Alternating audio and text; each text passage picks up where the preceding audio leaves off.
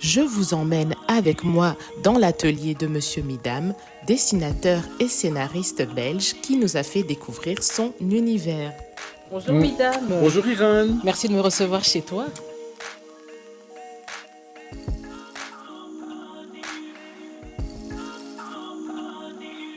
Comment êtes-vous devenu dessinateur? Alors, moi j'avais fait des études d'illustration à Saint-Luc. Pas de BD, je n'étais pas spécialement attiré par la BD. Donc l'illustration me semblait très bien. Et au terme de quoi? C'était trois ans? Je crois que c'était 3 ans d'études. On sort un diplôme. Et donc j'étais avec mon diplôme fraîchement acquis chez des éditeurs. Mais ils m'ont dit, mais diplôme, on s'en fout. Montre-nous ce que tu fais. Ben oui, c'est du travail d'école, quoi. Oui. Donc, si tu as un vrai projet, tu viens nous voir. Et c'est là que une espèce de spirale négative a fait que je me suis dit, je vais me lancer dans un projet, mais quoi? Quoi faire? Alors, je ne savais pas quoi faire, donc j'ai rien fait. Et j'ai été au chômage pendant 6 ans. J'ai vraiment rien fait. Et puis, il a fallu 6 années pour que j'ai un déclic. Et en fait, c'est un libraire qui ouvre la nuit. Je traînais souvent avec lui, on était devenus un peu copains. Et il m'a dit, ah, c'est quoi ton métier? Je dis, mais moi, je suis illustrateur, mais regarde dans ma librairie, tu as des centaines de magazines. Voilà ce que tu vas faire. Tu vas ouvrir chaque magazine. Si tu as ne fût-ce qu'une illustration dans un magazine, tu écris au rédacteur en chef. Tu peux passer la nuit dans la librairie. Et j'ai pris note de toutes les coordonnées des magazines qui publiaient des illustrations. J'ai demandé à mon père un chèque c'était à l'époque 20 000 francs belges, c'est-à-dire 500 €, pour pouvoir faire une centaine de photocopies couleur. Ah oui. Parce que Ça à coûte l'époque, cher. les copies couleur coûtaient cher. Copie noir et blanc, ça coûtait rien. Et pour les frais de poste aussi. Et j'ai envoyé à 100 magazines ce que je savais faire. Et sur les 100 magazines, il y en a 50 qui ont répondu. Et sur les 50, de mémoire, il y en a 10 qui m'ont dit « Ah, c'est intéressant, on va vous envoyer un article illustré. » Waouh. Et une fois que j'ai été investi de cette mission, je me suis dit, ah là, je ne dois pas décevoir. Là, je ne peux pas décevoir, c'est ma chance, et il faut absolument que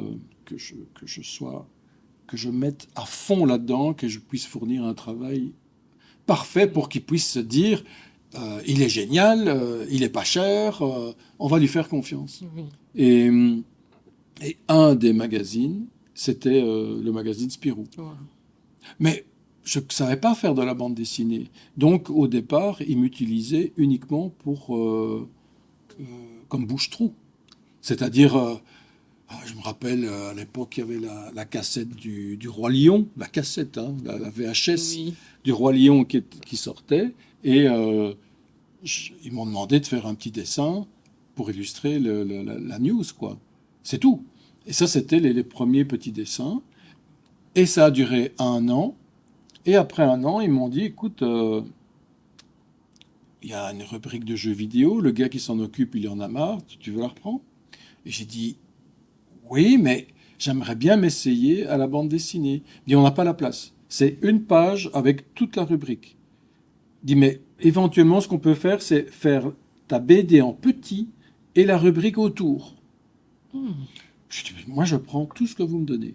Et on a fait ça, et après 15-20 semaines, donc après 15-20 gags, il y a des gens qui ont écrit en disant oh, c'est chouette, on aimerait bien le voir en plus grand. Et donc, le rédacteur en chef a mis le gag en grand à droite et la rubrique à gauche. Et puis quelques années après, ou 1 an après, la rubrique jeux vidéo est tombée 100%. et la page est restée. Vous n'avez pas trop déprimé pendant les 6 ans à vous demander, je vais faire quoi? Je vais vous dire ce qui s'est passé réellement, c'est que Je crois que j'avais été faire un billard dans le centre-ville. J'avais passé toute la soirée, j'avais bu, j'avais fumé. Je voyais pas beaucoup le jour, parce que je vivais la nuit. Et je pense que j'avais pas encore de voiture, et donc j'étais revenu en métro à 6 heures du matin, le premier métro. Et dans ce métro, il y avait il y avait des jeunes femmes qui partaient, des secrétaires qui sortaient pimpants de leur salle de bain avec leur petit tailleur. Et je me suis vu dans le miroir. J'ai vu quelqu'un qui me faisait peur. Vraiment, j'étais en train de tourner. Je dérapais. Je voyais quelqu'un qui dérapait socialement. Genre, les gens m'évitaient, quoi, parce que j'avais... Et ça, c'était le déclic. Et le lendemain, je me suis dit, OK, maintenant, on va attaquer. Il faut un plan. Il fallait un plan. Il faut un plan. Quand on a un problème comme ça, il faut analyser la source du problème et puis avoir un plan pour régler ce problème et exécuter le plan. Il faut être un peu cartésien, mais après, je dis ça, on sait tous que c'est très très difficile de sortir de choses ou d'autres. Et voilà, le meilleur psychologue finalement que j'ai eu était un type qui vendait des magazines et des cigarettes. En 2025, vous voici ici, comme quoi.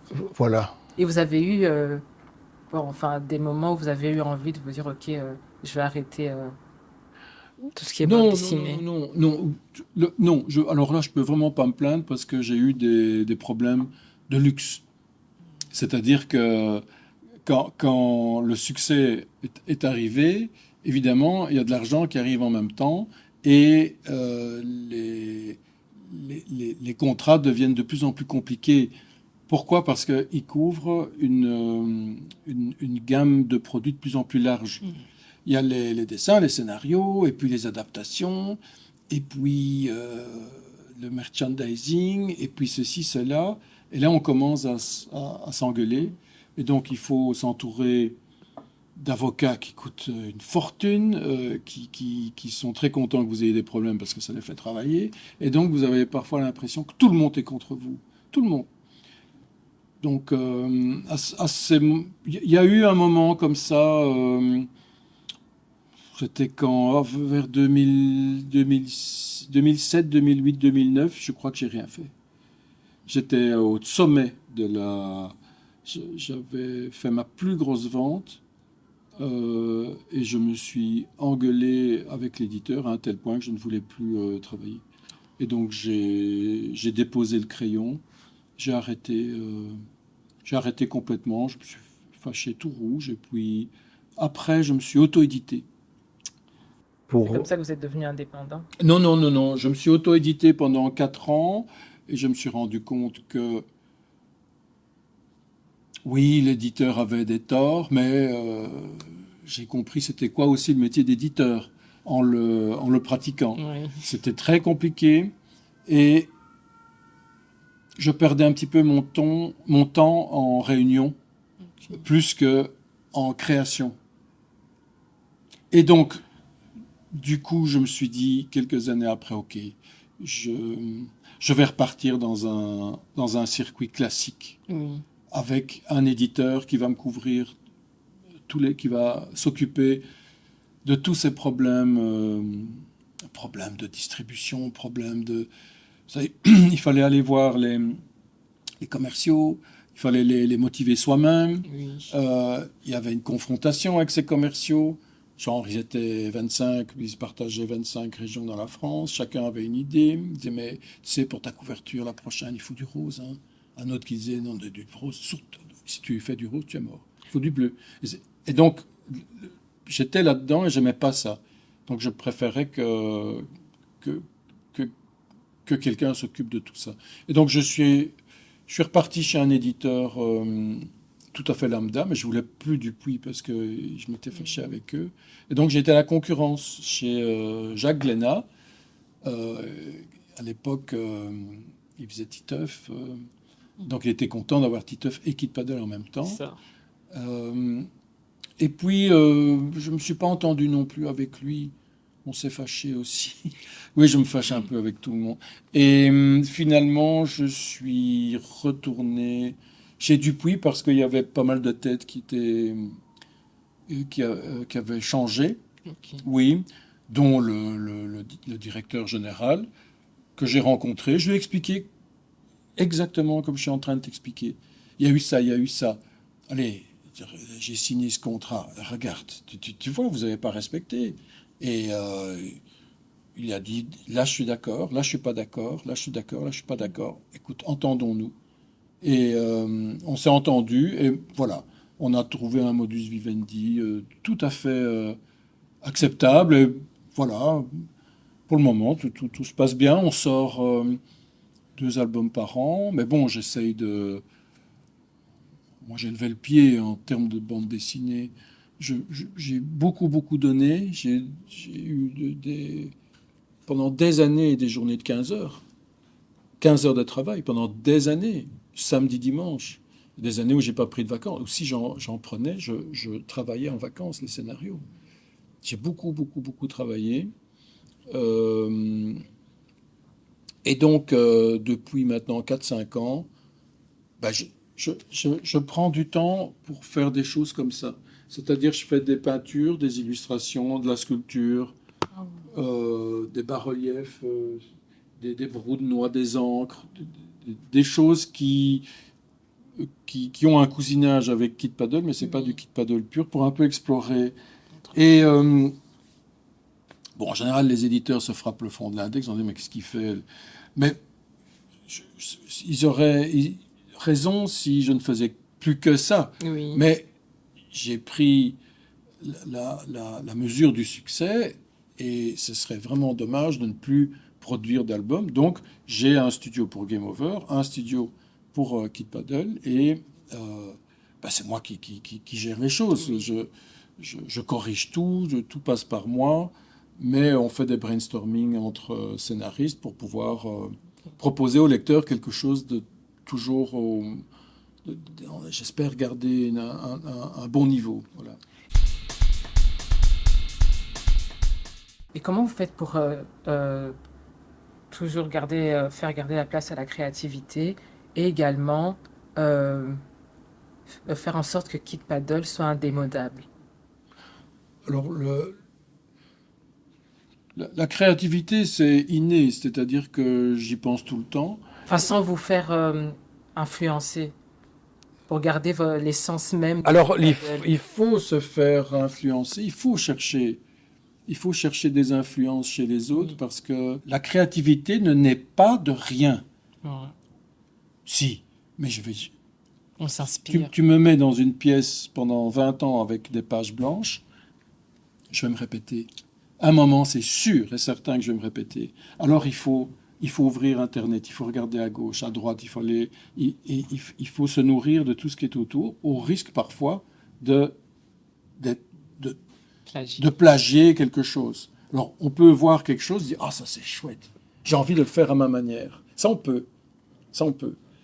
Mais, donc voilà, ça c'est la première réponse. La seconde, c'est que euh, pour, euh, pour qu'ils soient indémodables, le- moi, ce que j'ai utilisé comme recette, c'est essayer de ne pas dessiner des éléments qui te donnent des indices dans le temps. C'est-à-dire, Kit n'a pas un téléphone à la mode.